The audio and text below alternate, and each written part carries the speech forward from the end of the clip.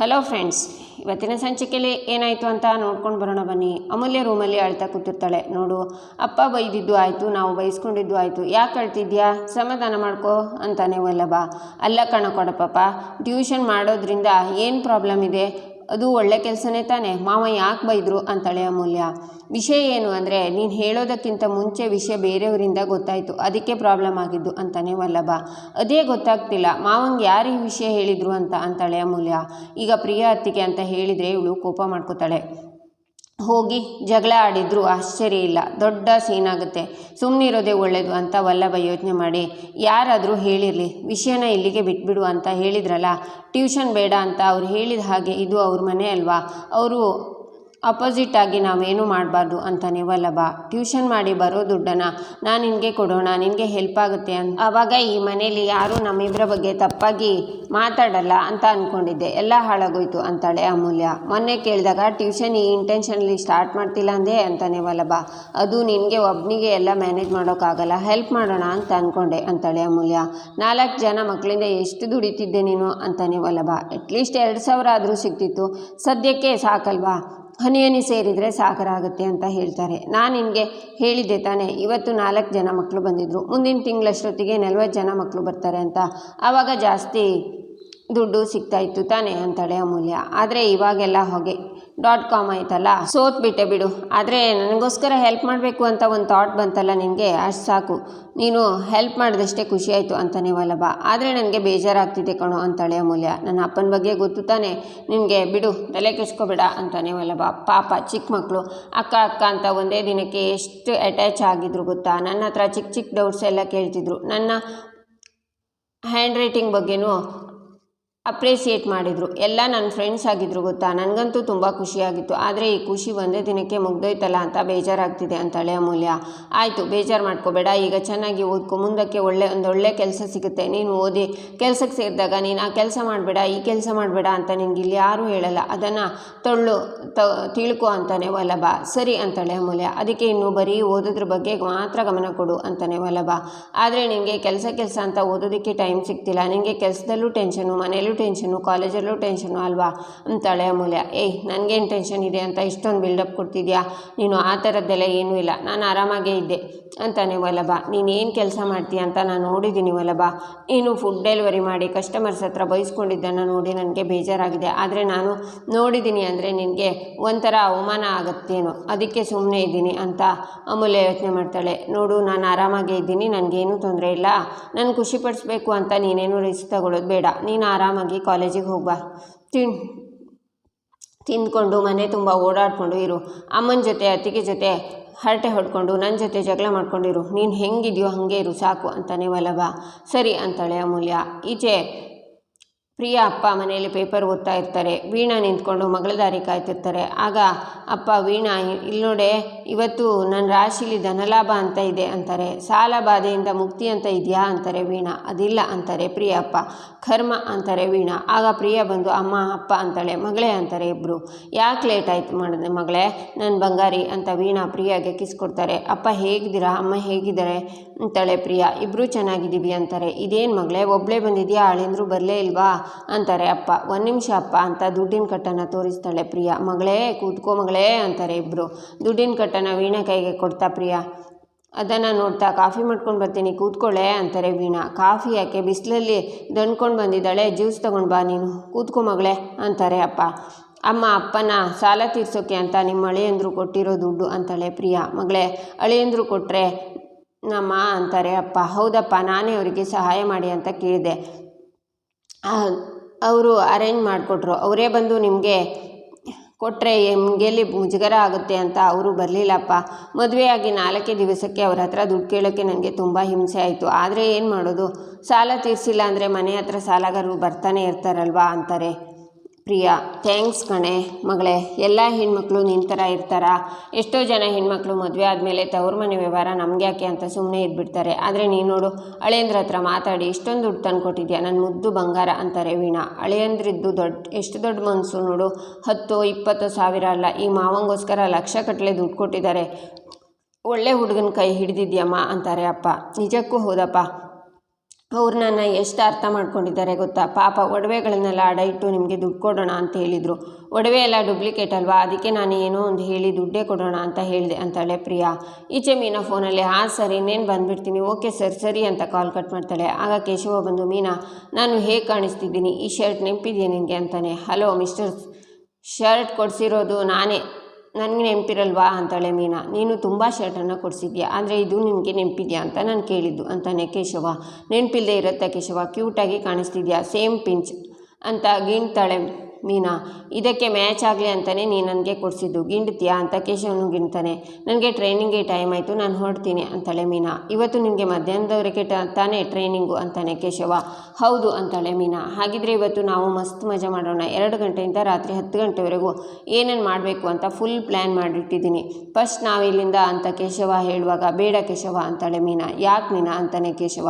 ನಿನ್ನೆ ರಾತ್ರಿಯಿಂದ ಇವತ್ತು ಬೆಳಿಗ್ಗೆವರೆಗೂ ನಿನ್ನ ಜೊತೆ ಕಾಲ ಕಳೆದು ಚೂರೋ ಪಾರೋ ಖುಷಿಯಾಗಿದ್ದೀನಿ. ಆ ದೇವರು ನನ್ನ ಹಣೆಯಲ್ಲಿ ಬರ್ದಿರೋದು ಇಷ್ಟೇ ಅನಿಸುತ್ತೆ ಕೇಶವ. ಪರವಾಗಿಲ್ಲ ಕೇಶವ, ನನಗೆ ಇಷ್ಟರಲ್ಲೇ ತೃಪ್ತಿ ಇದೆ. ನೀನೇನೋ ಪ್ಲ್ಯಾನ್ ಮಾಡೋದು, ಅದನ್ನು ನನಗೆ ಹೇಳೋದು, ನನ್ನ ಮನಸ್ಸಲ್ಲಿ ಆಸೆ ಹುಟ್ಟೋದು, ಆಮೇಲೆ ನಾನು ಬೇಗ ಟ್ರೈನಿಂಗ್ ಮುಗಿಸ್ಕೊಂಡು ಬಂದು ನಿನಗೆ ಕಾಯೋದು, ನೀನಿನ್ನೂ ಬರದೇ ಇರೋದು, ನನಗೆ ಸಿಟ್ಟು ಬರೋದು, ನಿನ್ನ ಜೊತೆ ಜಗಳ ಆಡೋದು, ಇವೆಲ್ಲ ಬೇಡ ಕಣೋ. ಸಿಕ್ಕಿರೋ 2 ದಿನದಲ್ಲಿ ಬರೀ ಜಗಳ ಆಡ್ಕೊಂಡೇ ಇರೋಕ್ಕೆ ನನಗಿಷ್ಟ ಇಲ್ಲ ಕೇಶವ. ನಾನು ನೀನು ಖುಷಿಯಾಗಿರೋದಕ್ಕೆ ದೊಡ್ಡ ದೊಡ್ಡ ಹೋಟೆಲ್ಗೆ ಹೋಗಬೇಕು ಅಂತಿಲ್ಲ ಕೇಶವ. ನಮ್ಮಿಬ್ಬರಿಗೂ ಚಿಕ್ಕ ಸ್ಪೇಸ್ ಸಿಕ್ಕಿದ್ರೆ ಸಾಕು, ಅದರಲ್ಲೇ ಖುಷಿಯಾಗಿರ್ತೀವಿ. ನೀನು ತುಂಬ ದುಡ್ಡು ಖರ್ಚು ಮಾಡಿ ನನಗೇನು ಕೊಡಿಸ್ಬೇಕು ಅನ್ನೋ ಆಸೆನೂ ಇಲ್ಲ. ನೀನು ನನಗೆ ಟೈಮ್ ಕೊಟ್ಟರೆ ಸಾಕು, ನಾನು ಅದರಲ್ಲೇ ಖುಷಿಯಾಗಿರ್ತೀನಿ. ನೀನನ್ನು ಹೊರಗೆ ಕರ್ಕೊಂಡೋಗಿ ದೊಡ್ಡದಾಗಿ ಪ್ರಪಂಚ ತೋರಿಸ್ಬೇಕು ಅನ್ನೋ ಆಸೆ ನನಗಿಲ್ಲ ಕೇಶವ. ನಾವಿಬ್ಬರು ಈ ಪುಟ್ಟ ಪ್ರಪಂಚದಲ್ಲೇ ಖುಷಿಯಾಗಿರೋಣ, ಅದೇ ನನಗೆ ಖುಷಿ ಕೊಡುತ್ತೆ ಅಂತಾಳೆ ಮೀನಾ. ನಿನ್ನೆ ಹೇಳಿದ ಹಾಗೆ ಇವತ್ತಾಗಲ್ಲ. ಅಪ್ಪ ಹೇಳಿದ ಕೆಲಸ ಎಲ್ಲ ನಾನು ಆಲ್ರೆಡಿ ಮುಗಿಸಿದ್ದೀನಿ.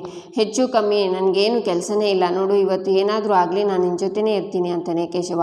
ಆಗ ಕೇಶವಂಗೆ ಕಾಲ್ ಬರುತ್ತೆ. ಮಾವನ ಅಂತಾಳೆ ಮೀನಾ. ಹ್ಞೂ ಅಂತಾನೆ ಕೇಶವ. ಇದಕ್ಕೆ ನಾನು ಹೇಳಿದ್ದು ಕೇಶವ, ನೀನೇನು ಯೋಚನೆ ಮಾಡಬೇಡ. ಮಾವ ಏನಾದರೂ ಕೆಲಸ ಹೇಳಿದರೆ ಅದನ್ನು ಮಾಡೇ ಮುಗಿಸಿ ನನಗೋಸ್ಕರ ಓಡ್ಕೊಂಡು ಬರಬೇಕು ಅಂತ ಏನಿಲ್ಲ. ಆರಾಮಾಗೆ ನಾನು ರಾತ್ರಿ ನಿನಗೋಸ್ಕರ ಕಾಯ್ತಿರ್ತೀನಿ, ಇಬ್ಬರು ಒಟ್ಟಿಗೆ ಊಟ ಮಾಡೋಣ, ನನಗೆ ಅಷ್ಟು ಸಾಕು ಕಣೋ ಅಂತ ಮೀನಾ ಕೇಶವನ ತಪ್ಕೊಂಡು ಲವ್ ಯು ಅಂತ ಹೋಗ್ತಾಳೆ. ಆಗ ಕೇಶವ ಹಲೋ ಅಪ್ಪ ಅಂತಾನೆ. ಯಾಕೋ ಫೋನ್ ಎತ್ತಲ್ಲ, ಎಲ್ಲೋ ಇಟ್ಟಿದ್ಯಾ ಫೋನ ನೀನು ಅಂತಾರೆ ನಂದನ್. ಅಪ್ಪ ಅದು ಫೋನ್ ಎತ್ತೋ ಅಷ್ಟರಲ್ಲಿ ಕಟ್ಟಾಯಿತು ಅಂತಾನೆ ಕೇಶವ. ಸರಿ ರಂಗನಾಥ್ ಅವರಿಗೆ ಇವತ್ತು ದುಡ್ಡು ಕೊಡಬೇಕು, ನೀನು ಹಾಗೆ ರಾಜು ಅವರನ್ನು ನೀನು ಭೇಟಿ ಮಾಡಬೇಕು, ಅವರು ಅಡ್ರೆಸ್ಸನ್ನು ನಿನಗೆ ಕಳಿಸಿದ್ದೀನಿ, ಅವರಿಗೆ ನೀನು ಬರ್ತಿದ್ಯಾ ಅಂತಲೂ ಹೇಳಿದ್ದೀನಿ ಅಂತಾರೆ ನಂದನ್. ರಂಗನಾಥ್ ಅಂಕಲ್ಗೆ ಈಗಲೇ ಹೋಗಿ ದುಡ್ಡು ಕೊಟ್ಟು ಬರ್ತೀನಿ, ಆದರೆ ರಾಜು ಅಂಕಲ್ನ ಇವತ್ತೇ ಭೇಟಿ ಮಾಡಬೇಕಪ್ಪ, ಇನ್ನೊಂದು ಸಲ ಯಾವಾಗಲಾದರೂ ಅಂತಾನೆ ಕೇಶವ. ಇವತ್ತು ಕೊಡೋಕ್ಕೇನೋ ಕಷ್ಟ ನಿನಗೆ, ಸುಮ್ಮನೆ ರೂಮಲ್ಲಿ ಕೂತಿರ್ತೀಯ ತಾನೆ, ಹೋಗಿ ಭೇಟಿ ಮಾಡಿ ಕೊಟ್ಬಾರೋ. ಇದಕ್ಕೆ ಅಂತ ಬೆಂಗಳೂರಿಗೆ ಇನ್ನೊಂದು ಸಲ ಹೊರಡೋಕ್ಕಾಗುತ್ತಾ, ಸುಮ್ಮನೆ ಕೊಟ್ಬಿಟ್ಟು ಬಾ ಅಂತ ಕಾಲ್ ಕಟ್ ಮಾಡ್ತಾರೆ ನಂದನ್. ಅಪ್ಪ ನನ್ನ ಯಾಕೆ ಅರ್ಥ ಮಾಡ್ಕೋತಿಲ್ಲ, ಇವತ್ತು ಮೀನಾ ಟ್ರೈನಿಂಗ್ ಮುಗಿಯುತ್ತೆ, ನಾಳೆ ಬೆಳಿಗ್ಗೆ ಬೇಗನೆ ನಾವು ಊರಿಗೆ ಹೊರಡ್ತೀವಿ, ಮತ್ತು ನಾನು ಮೀನಾ ಒಟ್ಟಿಗೆ ಟೈಮ್ ಕಳಿಬೇಕು ಅಂದರೆ ಯಾವಾಗ ಟೈಮ್ ಸಿಗುತ್ತೋ ಏನೋ, ಅಷ್ಟೇ ಅಪ್ಪ ಹೇಳಿದ ಕೆಲಸನ ನಾನು ಮಾಡಲೇಬೇಕಾ ಅಂತಾನೆ ಕೇಶವ. ಈಚೆ ಪ್ರಿಯಾ ಅಪ್ಪ ಅವಳಿಗೆ ಗಾಳಿ ಬೀಸ್ತಾ, ಮಗಳೇ ಸೆಕೆ ಆಗ್ತಿದೆ ಅಲ್ವಾ, ಫ್ಯಾನು ಕೆಟ್ಟೋಗಿದೆ, ಸರಿ ಮಾಡೋಕ್ಕೆ ಹೇಳಿದ್ದೀನಿ, 3 ದಿನ ಆಯಿತು ಬಂದೇ ಇಲ್ಲ ಅಂತಾರೆ ಅಪ್ಪ. ಏನಪ್ಪ ಇದೆಲ್ಲ ಅಂತಾಳೆ ಪ್ರಿಯಾ. ಚೆನ್ನಾಗಿ ಗಾಳಿ ಬೀಸಿರಿ, ಬಿಸಿಲಲ್ಲಿ ಬಂದಿದ್ದಾಳೆ, ತಗೋ ಅಮ್ಮ ಲೆಮನ್ ಜ್ಯೂಸ್ ಕುಡಿ ಅಂತ ವೀಣಾ ಕೊಡ್ತಾರೆ. ನಿಮ್ಮನೆ ವಿಷಯ ಏನು, ಅಮೂಲ್ಯ ಟ್ಯೂಷನ್ ಶುರು ಮಾಡಿದ್ಲಲ್ಲ, ನಾನು ಹೇಳ್ಕೊಟ್ಟಾಗೆ ನೀನು ನಿಮ್ಮ ಮಾವಂಗೆ ಹೇಳಿದ್ಯಾ ಅಥವಾ ಚೋಟ್ ಮೆಣಸಿನ್ಕಾಯಿ ಪರ್ಮಿಷನ್ ತೊಗೊಂಡ್ಬಿಟ್ಲಾ ಅಂತಾರೆ ಅಮ್ಮ. ಇವಾಗ ನಾನು ಅದೇ ವಿಷಯ ಹೇಳೋಕ್ಕೆ ಬಂದಿದ್ದು ಅಮ್ಮ, ನೀನು ಹೇಳ್ಕೊಟ್ಟ ಹಾಗೆ ಮಾವನ ಹತ್ರ ಅಮೂಲ್ಯ ಹೇಳೋಕ್ಕೂ ಮುಂಚೆನೇ ನಾನು ಹೇಳಿದೆ, ಅದಕ್ಕೆ ಇವತ್ತು ಮನೇಲಿ ದೊಡ್ಡ ರಂಪಾಟನೇ ಆಯಿತು ಅಂತಾಳೆ ಪ್ರಿಯಾ. ಹೌದಾ, ಏನೇನಾಯಿತು ಅಂತಾರೆ ವೀಣಾ. ಮಾವ ನನಗೆ ಹೇಳಿದೆ, ಈ ಮನೇಲಿ ಟ್ಯೂಷನ್ ಯಾಕೆ ಸ್ಟಾರ್ಟ್ ಮಾಡಿದ್ರಿ ಅದು ಇದು ಅಂತ ಅಮೂಲ್ಯ ಮೇಲೆ ಕೂಗಾಡಿದ್ರಮ್ಮ. ಆ ಅಮೂಲ್ಯನ ವಹಿಸ್ಕೊಂಡು ವಲ್ಲಭ ಬಂದಿದ್ದಕ್ಕೆ ಅವನಿಗೂ ಸರಿಯಾಗಿ ಬೈದರು. ಒಟ್ಟಿನಲ್ಲಿ ಗಂಡ ಹೆಂಡತಿ ಇಬ್ಬರು ಸಖತ್ತಾಗಿ ಬಯಸ್ಕೊಂಡ್ರು ಅಂತಾಳೆ ಪ್ರಿಯಾ. ಹಾಗಾದರೆ ನನ್ನ ಪ್ಲ್ಯಾನ್ ವರ್ಕ್ ಆಗಿದೆ ಕಣೆ ಅಂತಾರೆ ವೀಣಾ. ಹ್ಞೂ ಅಮ್ಮ, ಮಾವ ಹೇಳಿದ್ದಾರೆ, ಇನ್ಮೇಲೆ ಈ ಮನೇಲಿ ನನಗೆ ಹೇಳಿದೆ ಯಾರು ಏನೂ ಕೆಲಸನೂ ಮಾಡೋಂಗಿಲ್ಲ ಅಂತಾಳೆ ಪ್ರಿಯಾ. ನಿನಗೆ ಇನ್ಮೇಲೆ ಯಾವ ಟೆನ್ಷನ್ನೂ ಇಲ್ಲ ಮಗಳೇ ಅಂತಾರೆ ವೀಣಾ. ಹ್ಞೂ ಅಮ್ಮ, ಎಲ್ಲ ನಿನ್ನಿಂದಾನೆ, ಥ್ಯಾಂಕ್ಸ್ ಅಮ್ಮ ಅಂತಾಳೆ ಪ್ರಿಯಾ. ಅವಳು ಟ್ಯೂಷನ್ ಮಾಡಿದರೆ ನಿನ್ಗೆ ಯಾಕೆ ಮಗಳೇ ಟೆನ್ಷನ್ನು ಅಂತಾರೆ ಅಪ್ಪ. ಅಕ್ಕ ಎಮ್ಮೆ ಮಾಡಿದ್ದೀರಲ್ಲ, ಮಕ್ಕಳಿಗೆಲ್ಲ ನೀವೇ ಟ್ಯೂಷನ್ ಹೇಳ್ಕೊಡಿ ಅಂತ ಹೇಳ್ತಾಳೆ ಗೊತ್ತಾ ಅಂತಾಳೆ ಪ್ರಿಯಾ. ಆಗ ಇಬ್ಬರು ನಗ್ತಾರೆ. ಇಬ್ಬರು ಸುಮ್ಮನಿರಿ, ನೀವಿಬ್ಬರು ಸುಳ್ಳು ಹೇಳಿರೋದ್ರಿಂದನೇ ಇಷ್ಟೆಲ್ಲ ಆಗ್ತಿರೋದು. ಮತ್ತು ನಮ್ಮತ್ತೆ ಆ ಅಮೂಲ್ಯ ಟ್ಯೂಷನ್ ಮಾಡುವಾಗ ಹೊಗಳೋದೇನು, ಅವಳು ಜಾಣೆ ಅದು ಇದು ಅಂತ. ನಿಜ ಹೇಳಬೇಕು ಅಂದರೆ ಆ ಅಮೂಲ್ಯ ದಡ್ಡಿನೇ ಅಮ್ಮ. ಅವಳು ಮೀನಾ ಥರ ಅಲ್ಲಮ್ಮ. ಬೈದರು ಬೈಸ್ಕೊತಾಳೆ, ಹೊಗಳಿದ್ರೆ ಹೊಗಳಿಸ್ಕೋತಾಳೆ. ಅವಳಿಗೆ ಏನೂ ಗೊತ್ತಾಗಲ್ಲ ಅಂತಾಳೆ ಪ್ರಿಯಾ. ಏಯ್, ಆ ಚೋಟ್ ಮೆಣಸಿನ್ಕಾಯಿ ವಿಷಯದಲ್ಲಿ ನೀನು ಹಾಗೆಲ್ಲ ಅನ್ಕೋಬೇಡ. ತುಂಬ ಚುರುಕವಳು. ಅದರಲ್ಲೂ ಮೀನಾ ಜೊತೆ ಸೇರಿಕೊಂಡ್ರೆ ಶುಂಠಿ ಬೆಳ್ಳುಳ್ಳಿ ಪೇಸ್ಟ್ ಥರ ಹೆವಿ ಘಾಟು. ಯಾವುದಕ್ಕೂ ನೀನು ಎಚ್ಚರಿಕೆಯಿಂದಿರು ಮಗಳೇ. ನೀನಲ್ಲಿ ಏನೂ ಎಡ್ವರ್ಟ್ ಮಾಡ್ಕೊಂಡಿಲ್ಲ ತಾನೆ ಅಂತಾರೆ ವೀಣಾ. ಇಲ್ಲ ಅಮ್ಮ, ಮಾವ ನನ್ನ ಮೇಲೆ ತುಂಬ ನಂಬಿಕೆ. ಅವರು ಯಾವಾಗಲೂ ನನ್ನ ಹೊಗಳ್ತಿರ್ತಾರೆ ಗೊತ್ತಾ ಅಂತಾಳೆ ಪ್ರಿಯಾ. ಒಳ್ಳೇದಾಯಿತು. ಆ ನಂದಗೋಕುಲಕ್ಕೆ ನಿನ್ನ ಮಾವನೇ ಕಿಂಗು ಕಣೆ. ಅವ್ರ ಅಭಯ ಹಸ್ತ ನಿನ್ನ ಮೇಲಿದ್ದರೆ ನಿನ್ನ ತಂಟೆಗೆ ಯಾರೂ ಬರಲ್ಲ ಅಂತಾರೆ ವೀಣಾ. ಈಚೆ ವಲ್ಲಭ ಮನೆಯಿಂದ ಹೊರಗಡೆ ಬರುವಾಗ ಪ್ರಿಯ ತವ್ರ ಮನೆಯಿಂದ ಬರ್ತಾ ಇರ್ತಾಳೆ. ಬಂದು ವಲ್ಲಭ, ನಿಮ್ಮ ಹತ್ರ ಒಂದು ವಿಷಯ ಮಾತಾಡಬೇಕಿತ್ತು. ನಾನು ಹೀಗೆ ಹೇಳ್ತೀನಿ ಅಂತ ತಪ್ಪು ತಿಳ್ಕೊಬೇಡಿ. ನೀವಾದರೂ ಆ ಮುಂಗ್ಲಿಂಗೆ ಮಾವನ ಹತ್ರ ಹೇಳೇ ಟ್ಯೂಷನ್ ಶುರು ಮಾಡು ಅಂತ ಹೇಳ್ಬೋದಿತ್ತಲ್ವಾ. ಮೊದಲೇ ಮಾವಂಗೆ ಹೇಳಿದರೆ ಇಷ್ಟೆಲ್ಲ ರಂಪ ಆಗ್ತಿರ್ಲಿಲ್ಲ ಅಂತಾಳೆ ಪ್ರಿಯಾ. ಅತ್ತಿಗೆ, ನಾನು ನಿಮ್ಮ ಹತ್ರ ಒಂದು ವಿಷಯ ಮಾತಾಡಬೇಕು ಅಂದ್ಕೊಂಡಿದ್ದೆ. ಬೇಡ ಅನಿಸಿತ್ತು, ಬಟ್ ನೀವೇ ಟಾಪಿಕ್ ತೆಗೆದಿರೋದ್ರಲ್ಲ, ಅದಕ್ಕೆ ಹೇಳ್ತಿದ್ದೀನಿ. ಟ್ಯೂಷನ್ ಮಾಡಬೇಕು ಅಂತ ಅಮೂಲ್ಯ ಡಿಸಿಷನ್ ತಗೊಂಡ್ಳು. ಅದ್ರ ಬಗ್ಗೆ ಹೇಳಿಬಿಡು ಅಂತ ನಾನು ಅಪ್ಪಂಗೆ ಹೇಳಿದ್ದೆ. ಅವಳು ಹೇಳೋಕೆ ಅಂತ ಬಂದಿದ್ಲು. ಒಂದು ಟೈಮ್ ನೋಡಿಕೊಂಡು ಅವಳೇ ಅಪ್ಪಂಗೆ ಹೇಳ್ತಿದ್ದು. ಅದು ಬಿಟ್ಟು ಆ ವಿಷಯನ ನೀವು ಯಾಕೆ ಅಪ್ಪಂಗೆ ಹೇಳಿದ್ರಿ ಅಂತಾನೆ ವಲ್ಲಭ. ಅದು ಮಾವ ಲೋಡ್ ಇಳಿಸೋಕೆ ಅಂತ ಪ್ರಿಯಾ ಹೇಳುವಾಗ, ಏನೇ ಆಗಿದ್ರು ಅಮೂಲ್ಯನ ವಿಷಯದಲ್ಲಿ ನೀವು ಇಂಟರ್ಫಿಯರ್ ಆಗಬಾರ್ದಿತ್ತು ಅತ್ತಿಗೆ. ಅವಳ ವಿಷಯನ ಅವಳೇ ಡೀಲ್ ಮಾಡ್ಕೋತಿದ್ಲು. ಈಗ ನೀವು ಈ ವಿಷಯನ ಅಪ್ಪನ ಹತ್ರ ಹೇಳಿರೋದ್ರಿಂದ ಎಲ್ಲ ಬೇರೆ ಥರನೇ ಆಗೋಯ್ತು ಅಂತಾನೆ ವಲ್ಲಭ. ಅಂದರೆ ನಿಮ್ಮ ಮಾತಿನ ಅರ್ಥ ಏನು? ನನಗೂ ಈ ವಿಷಯಕ್ಕೂ ಸಂಬಂಧ ಇಲ್ಲ ಅಂತನಾ? ಯಾಕೆ, ನಾನು ಈ ಮನೆಯವಳಲ್ವಾ? ನಾನು ಯಾಕೆ ಇದನ್ನು ಮಾತಾಡಬಾರ್ದಿತ್ತು ಅಂತಾಳೆ ಪ್ರಿಯಾ. ನೀವು ಈ ಮನೆಯವರೇ. ನನ್ನ ಅತ್ತಿಗೆನೇ ಆ ಟ್ಯೂಷನ್ ವಿಚಾರನ ಅಮೂಲ್ಯಂಗೆ ಬಿಟ್ಬಿಡ್ಬೇಕಾಗಿತ್ತು. ಅದನ್ನು ಅವಳೇ ಹೇಳ್ಕೊತಿದ್ಲು. ನೀವು ಈ ವಿಷಯದಲ್ಲಿ ತಲೆ ಹಾಕಿರೋದು ಚೆನ್ನಾಗಿಲ್ಲ ಅನಿಸ್ತು. ಇವಾಗ ನೀವು ಅಪ್ಪನ ಹತ್ರ ಹೇಳಿರೋದ್ರಿಂದ ಅಮೂಲ್ಯ ಸೀಕ್ರೆಟ್ ಆಗಿ ಟ್ಯೂಷನ್ ನಡೆಸ್ತಿದ್ದಾಳೆ, ಅಪ್ಪಂಗೆ ಹೇಳ್ದಂಗೆ ಅನ್ನೋ ತರಹ ಟರ್ನ್ ಆಯಿತು. ಅದರಿಂದಲೇ ಅಲ್ವಾ ಇಷ್ಟೆಲ್ಲ ಗಲಾಟೆ ಆಗಿದ್ದು ಅಂತಾನೆ ವಲ್ಲಭ. ಅಂದರೆ ಈ ಗಲಾಟೆ ಆಗೋಕ್ಕೆ ನಾನೇ ಕಾರಣ ಅಂತ ಹೇಳ್ತಿದ್ದೀರಾ ಅಂತಾಳೆ ಪ್ರಿಯಾ. ನಾನು ಹಾಗೆ ಹೇಳಿಲ್ಲ ಅದಕ್ಕೆ. ಅವ್ರವ್ರ ವಿಷಯನ ಅವರವರೇ ಡೀಲ್ ಮಾಡ್ಕೊಂಡ್ಬಿಟ್ರೆ ಡಿಸ್ಕಮ್ಯುನಿಕೇಷನ್ನು ಮಿಸ್ಅಂಡರ್ಸ್ಟ್ಯಾಂಡಿಂಗು ಆಗಲ್ಲ. ನನಗೆ ಅನಿಸಿದ್ದು ನಾನು ಹೇಳಿದೆ. ಬೇಜಾರಾಗಿದ್ದರೆ ಸಾರಿ ಅಂತ ವಲ್ಲಭ ಹೋಗ್ತಾನೆ. ಈಚೆ ಅಂಗಡೀಲಿ ನಂದನ್ಗೆ ಪ್ರಿಯಾ ಬಡಿಸ್ತಾ ಇರ್ತಾಳೆ. ಪ್ರಿಯಾ, ನೀನು ಬಂದಮೇಲೆ ಗಿರಿಜಾಗೆ ಸಂಪೂರ್ಣವಾಗಿ ವಿಶ್ರಾಂತಿ ಸಿಕ್ಕಿದೆ ಅಂತಾರೆ ನಂದನ್. ಏನಾಯಿತು ಪ್ರಿಯಾ? ಮುಖನ ಸಪ್ಪೆ ಮಾಡ್ಕೊಂಡಿದ್ಯಾ? ಏನಾಯ್ತು ಹೇಳು. ನಾನು ನಿನ್ನ ಮಾವ ಮಾತ್ರ ಅಲ್ಲಮ್ಮ, ನಾನು ನಿನ್ನ ತಂದೆ ಸ್ಥಾನದಲ್ಲಿದ್ದೀನಿ ಅಂದ್ಕೋ ಅಂತಾರೆ ನಂದನ್. ನನಗೆ ಅನಿಸ್ತಿದೆ ಅತ್ತೆಗೆ ನನ್ನಿಂದ ಏನೋ ಬೇಜಾರಾಗಿದೆ ಅಂತ. ನಾನೇನು ತಪ್ಪು ಮಾಡಿದ್ದೀನಿ ಅಂತ ಭಯ ಆಗ್ತಿದೆ ಮಾವ ಅಂತಾಳೆ ಪ್ರಿಯಾ. ಚೇಚೆ, ನೀನು ಯಾಕಮ್ಮ ತಪ್ಪು ಮಾಡ್ತೀಯಾ? ಅಲ್ಲ, ಈ ಮನೆಗೆ ಬಂದು 1 ವಾರ ಆಗಿದೆ ಅಷ್ಟೇ. ಆಗಲೇ ನೀನು ಮನೆ ಕೆಲಸ ಎಲ್ಲ ಮಾಡ್ತಿದ್ಯಾ, ಎಲ್ಲರ ಬಗ್ಗೆನೂ ಕಾಳಜಿ ತೋರಿಸ್ತಿದ್ಯಾ. ಅಂಥದ್ರಲ್ಲಿ ನಿನ್ನ ಬಗ್ಗೆ ಯಾಕೆ ಯಾರು ಬೇಜಾರು ಮಾಡ್ಕೋತಾರೆ ಹೇಳು ಅಂತಾರೆ ನಂದನ್. ಅದು ಮಾವ, ನಿನ್ನೆ ವಲ್ಲಭ ಮನೆಗೆ ಬರುವಾಗ ಊಟ ಬಡಿಸೋಣ ಅಂತ ಹೋದೆ. ಅಷ್ಟೊತ್ತಿಗೆ ಅತ್ತೆ ಬಂದರು. ನಿನ್ನ ಗಂಡಂಗೆ ನೀನು ಊಟ ಬಡಿಸಿದ್ರೆ ಸಾಕು, ಎಲ್ಲರೂ ಸಹ ಬರೀ ನಿನಗೆ ಬೇಡ, ಎಲ್ಲದಕ್ಕೂ ನೀನೇ ಮುಂದೆ ಬರ್ತೀನಿ ಅಂತ ಹೇಳಬೇಡ ಅಂತ ಸ್ವಲ್ಪ ಖಾರವಾಗಿ ಹೇಳಿದರು. ಪಾಪ ಅತ್ತೆದೇನು ತಪ್ಪಿಲ್ಲ ಮಾವ, ನಾನೇ ಏನೋ ತಪ್ಪು ಮಾಡ್ತಿದ್ದೀನಿ ಅನ್ನಿಸ್ತಿದೆ ನನಗೆ. ಮನೆಯವರು ಎಲ್ಲರ ಜೊತೆ ಬೆರಿಬೇಕು, ಎಲ್ಲ ಕೆಲಸನೂ ನಾನೇ ಮಾಡಬೇಕು ಅಂತ ಆಸೆ ಮಾವ. ಆದರೆ ಅತ್ತೆಗೆ ಅದು ಇಷ್ಟ ಆಗ್ತಿಲ್ಲ ಅನಿಸುತ್ತೆ ಅಂತಾಳೆ ಪ್ರಿಯಾ. ಇನ್ನೂ ನೀನು ಗಿರಿಜನ ಅರ್ಥ ಮಾಡ್ಕೊಂಡಿಲ್ಲಮ್ಮ. ನಾನು 30 ವರ್ಷದಿಂದ ಅವಳ ಜೊತೆ ಸಂಸಾರ ಮಾಡ್ತಿದ್ದೀನಿ. ಅವಳು ಹೇಗೆ ಏನು ಅಂತ ನನಗೆ ಇಂಚಿಂಚು ಗೊತ್ತಮ್ಮ. ಯಾರ ಮನಸ್ಸು ನೋಯಿಸುವಂಥ ಗುಣ ಅವಳದಲ್ಲ. ನೀನು ಬೆಳಿಗ್ಗೆ 4 ಗಂಟೆಗೆ ಎದ್ದು ಕಸ ಗುಡಿಸಿ ರಂಗೋಲಿ ಹಾಕೋದ್ರಿಂದ ಹಿಡಿದು ರಾತ್ರಿವರೆಗೆ ಎಲ್ಲ ಕೆಲಸನೂ ಮಾಡ್ತೀಯ. ಅಂಥದ್ರಲ್ಲಿ ಈ ಕೆಲಸನೂ ಮಾಡಿ ಆಕ್ಷಮ ತಗೋತೀಯ ಅನ್ನೋ ಕಾಳಜಿ ಅವಳಿಗೆ ಅಷ್ಟೇ. ಇಷ್ಟಕ್ಕೂ ಅವಳ ಮಗನಿಗೆ ಅವನ ಹೆಂಡತಿಯೇ ಬಡಿಸ್ಲಿ ಅನ್ನೋ ಆಸೆ ಇರುತ್ತಲ್ವಾ? ತಪ್ಪಾಗಿ ತಿಳ್ಕೊಂಡಿದ್ಯಾ ಗಿರಿಜನ. ಅವಳು ಅಂಥವಳು ಅಲ್ಲಮ್ಮ. ನೋಡು, ಇನ್ಮೇಲೆ ಇಂಥ ಯೋಚನೆನ ಯಾವುದೂ ಮಾಡಬೇಡ, ಇದನ್ನೇ ಇಲ್ಲಿಗೆ ಬಿಟ್ಬಿಡು ಅಂತಾರೆ ನಂದನ್. ಸರಿ ಮಾವ ಅಂತಾಳೆ ಪ್ರಿಯಾ.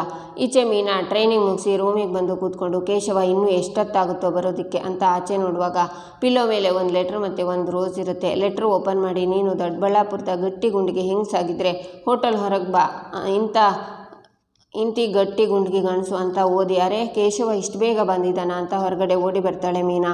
ಆಗ ಅವನು ರೋಸ್ ಬೊಕ್ಕೆನ ಹಿಡ್ಕೊಂಡು ಮೀನನ್ನು ಕರಿತಾನೆ. ಆಗ ಮೀನಾ ಓಡಿ ಬಂದು, ಕೇಶವ ಏನು ನೀನು ನನಗಿಂತ ಮುಂಚೆ ಅಂತ ಹೇಳುವಾಗ ಅವಳು ಬಾಯನ್ನು ಮುಚ್ಚಿ ಮಂಡಿ ಊರಿ ಅವಳಿಗೆ ರೋಸ್ ಬೊಕ್ಕೆನ ಕೊಡ್ತಾನೆ ಕೇಶವ.